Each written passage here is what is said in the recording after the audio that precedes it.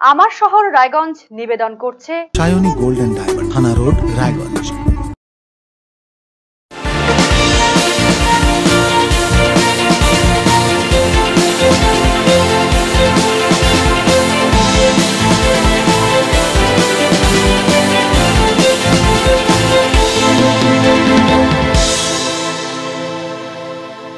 নমস্কার, আপনারা দেখছেন আরসিটিভি সংবাদ। আমার শহর রায়গঞ্জ নিয়ে এই মুহূর্তে রয়েছে আমি শাশ্বতী। প্রথমেই যে খবরের দিকে নজর রাখবো, প্রেমিকার দ্বারা প্রতারিত হয়ে পুলিশের দ্বারস্থ হলেন ভিন রাজ্যের প্রেমিক। ঘটনায় তুমুল চাঞ্চল্য। সোমবার রায়গঞ্জের কর্ণজোড়ায় পুলিশ সুপারের কাছে প্রেমিকা এবং তার পরিবারের বিরুদ্ধে লিখিত অভিযোগ দায়ের করলেন পাটনার বাসিন্দা অজিত কুমার। তিনি জানিয়েছেন, করণদিঘির এক তরুণীর সাথে তার 1 বছরের প্রেমের সম্পর্ক ছিল। এনগেজমেন্টও হয় তাদের মধ্যে। সম্প্রতি ওই তরুণীকে সিঁদুরও পরিয়েছিলেন তিনি। এরপরেই বাধে বিপত্তি। ওই তরুণী ও তার পরিবার তার সাথে দুর্ব্যবহার করে বলে অভিযোগ। শুধু তাই নয়, করণদিঘিতে তাকে মারধর এবং তার সোনার চেন, মোবাইলও ছিনতাইয়ের অভিযোগ উঠেছে। এরই প্রেক্ষিতে সোমবার তিনি পুলিশের দ্বারস্থ হয়েছেন। फिर मुझे वहाँ से मारने के बाद जब पब्लिक जब भीड़ जमा होने लगे तो पब्लिक को मेरे खिलाफ भड़का दिया कि मैं एक लड़की छेड़खानी कर रहा था, लेकिन मेरे पास कोई उस समय कोई प्रूफ नहीं था कि मैं पेश करता। फिर वहाँ से उन लोगों ने फिर मुझे उठाया और तूनी दिघी की तरफ आया। फिर वहाँ पे एक ओवर ब्रिज मिला, वहाँ पर भी उन लोगों ने मारपीट की, जो कि पूरे बदन में पूरा सर चोट है, सीने पे चोट है, हर जगह पर चोट लगी हुई है। लड़की के साथ मेरे सर कोई कांटेक्ट नहीं हो पा रहा है सर, क्योंकि मेरा मोबाइल वगैरह नंबर सब कुछ छीना हुआ है सर। मेरे पास कोई कांटेक्ट नहीं। क्या चाहते हैं? हम यही चाहते हैं कि सर जो हुआ सो हुआ, मुझे मेरी पत्नी चाहिए। आप लोग से यही रिक्वेस्ट है कि मैं अपनी पत्नी को सही सलामत, सही इज्जत के साथ मैं यहाँ से लेकर जाना। हम सर उसके मांग में सिंदूर भरे हैं। मेरा धर्म यही कहता है पति होने के नाते कि मैं अपनी पत्नी के साथ रहूँ, सारा जीवन उसी के साथ गुजारूँ।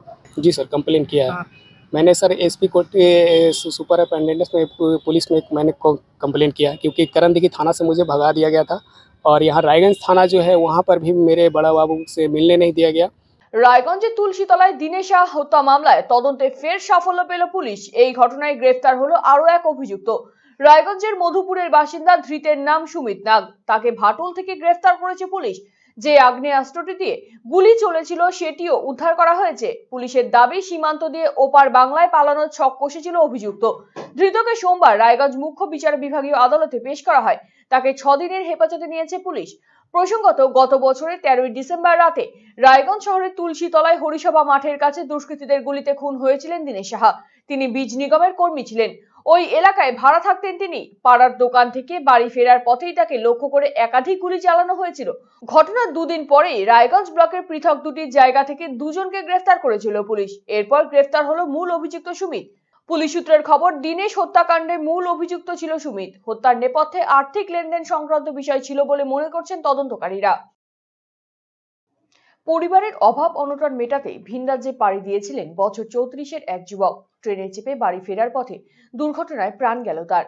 মৃত ওই যুবকের নাম বাবুলাল মার্ডি। বাড়ি করণদিঘি থানার দুয়ারিন এলাকায়। কেরালায় শপিং মলে কাজ করছিলেন ওই যুবক। পরিবার সূত্রের খবর, শনিবার রাতে তার মৃত্যু হয়েছে। হাটুয়ার স্টেশনের কাছে উদ্ধার হয় তার মৃতদেহ। মৃতের কাকা সাহেবলাল মার্ডি জানিয়েছেন, ছেলেটির জব কার্ড রয়েছে, কিন্তু 100 দিনের কাজ পাননি, যার কারণে সংসারের অনটন ঘোচাতে পাড়ি দিয়েছিলেন ভিন রাজ্যে। সম্প্রতি বাড়ি আসার কথা ছিল তার। ফেরার পথেই ঘটে এই দুর্ঘটনা। এটি আদতে দুর্ঘটনা নাকি নেপথ্যে অন্য কোনো কারণ রয়েছে তা নিয়ে খানিকটা সন্দিহান পরিবারের লোকজন। প্রশাসনের কাছে ক্ষতিপূরণ চাইলেন মৃতের কাকা। সোমবার রায়গঞ্জ মেডিকেল কলেজ ও হাসপাতালে দেহের ময়নাতদন্ত করা হয়। ও বাইরে কাজ করতে গেছিল। কোথায় গেছিল? কেরালা। কিসের কাজ করতে? মানে ওখানে মহলে, শপিং মহলে। আচ্ছা, তারপরে ও ট্রেন থেকে যখন আসছিল বাড়ি, তখন রাস্তায় রেলের দুর্ঘটনা দিয়ে মারা গেছে। এটা সঠিকভাবে পাওয়া যাচ্ছে না। রাত 1:20 হয়েছিল ঘটনাটা। আজকে এখানে পোস্টমর্টম করতে নিয়ে আসছি। এখন সঠিকভাবে জানা যাচ্ছে না, তবে 1:20 সে মারা গেছে। ওটা হাটুয়ারি স্টেশনের কাছে। হ্যাঁ, জব কার্ড ছিল। আচ্ছা, ও কি 100 দিনের কাজটা পেতো না পায়নি? না, 100 দিনের কাজটা পায় না। যদি আমাদের জেলায় যদি 100 দিনের কাজটা পাইতো, তাহলে ও কেরালা কাজ করতে যাইতো না। দাবি জানাবো। কোথায় দাবি জানাবেন? সেটা পঞ্চায়েতে। কি দাবি জানাবেন? আমরা যখন এই 100 দিনের কাজের জন্যই তো পাওয়া না যাওয়ার জন্যই তো বাইরে যাওয়া। যদি পাইতো কাজটা, তাহলে কেরালা বাইরে যাইতে পারতো না। আমার শহর এখনকার মতন এ পর্যন্তই। পরবর্তী সমস্ত খবরের জন্য চোখ রাখুন আরসিটিভি সংবাদে। নমস্কার।